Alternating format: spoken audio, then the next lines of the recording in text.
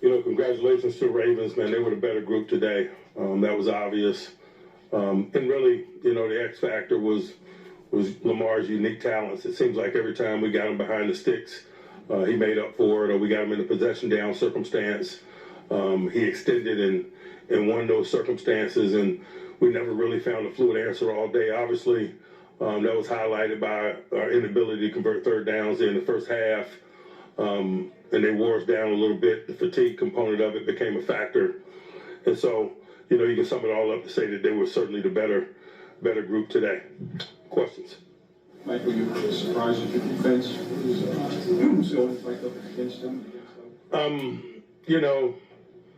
Not in combination with our ineffectiveness on offense. I just think when you're on the grass like that, particularly against a group and a unit like that with a guy like 8, it could look the way it looked. Mike, what led to the issues with the offense, especially getting into those third and longs? We just weren't good enough, to be quite honest with you. A drop here and there and things of that nature, man, when you're playing good people, it really gets highlighted, and we just weren't good enough. Anyone else? Mike, is the way you attacked in the second half, ideally what you wanted to do to start the game? I just think sometimes when people playing with a lead, you get those opportunities. I appreciate the efforts of the guys, man. Certainly we were playing to win, but we weren't able to close the distance. I thought that big run by 22 kind of quelled some of that. But obviously I appreciate the efforts and the intensity in which we took the field in the second half. Mike, how frustrating was it to lose the season? To end the season in this fashion, 5 consecutive losses and another first round. I'm worried less about the regular season. We're in the single elimination tournament, and I'm really just disappointed in how we performed tonight, given the opportunity we had. Mike, where did things go wrong stopping that out tonight? I think it's just volume.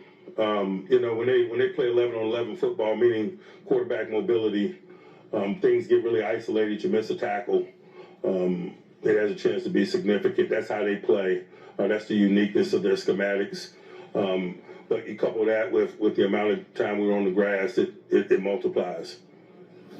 Mike, what have you guys been able to do, especially in the first halves, and why is that kept occurring?